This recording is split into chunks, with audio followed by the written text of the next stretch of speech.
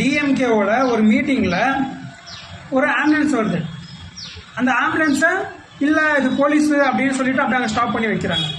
அப்புறமா வந்துட்டு இல்லை இது ஆம்புலன்ஸ் தான் அப்படின்னு கன்ஃபார்ம் பண்ணி அதுக்கு வழி விடுறாங்க. ஓகே, அதுக்கப்புறம் அந்த ஆம்புலன்ஸை வழி அனுப்பி வச்சுட்டாங்க. ஆனால் இவ்வளோ வருஷமாக நாங்கள் ஆளும் கட்சி அவ்வளோ அப்பத்துலேருந்து இருக்கோம் அப்படி இப்படின்னு சொல்லிட்டு ஒரு போலீஸ் ஜீப்பு சவுண்டுக்கும் ஒரு ஆம்புலன்ஸ் சவுண்டுக்கும் வித்தியாசம் தெரில.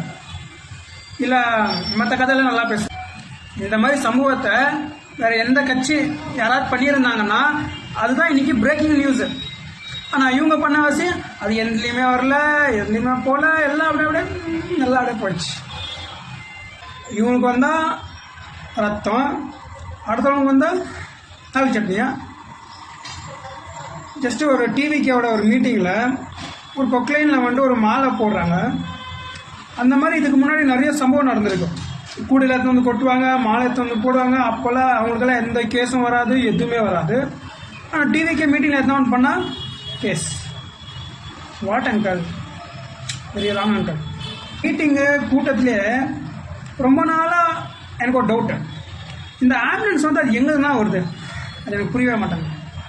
இதை பற்றி நாளைக்கு நம்ம பேசுவோம், ஆனால் கொஞ்சம் லென்த்தாக பேசுகிற மாதிரி இருக்கும். அதனால் நாளைக்கு நம்ம இதை பற்றி பேசுகிறோம்.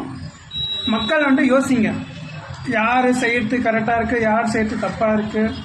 ஆனால் ஓட்டு வந்துட்டு உங்களுது. நீங்கள் போட்டிங்கன்னா உங்கள் வாழ்க்கை மாறும். தப்பான ஆளுக்கு போட்டிங்கன்னா உங்கள் வாழ்க்கை மாறாது. அது நீங்கள் தப்பான ஆள் யார், சரியான ஆள் யார், அது நீங்கள் தான் பார்த்து போடணும்.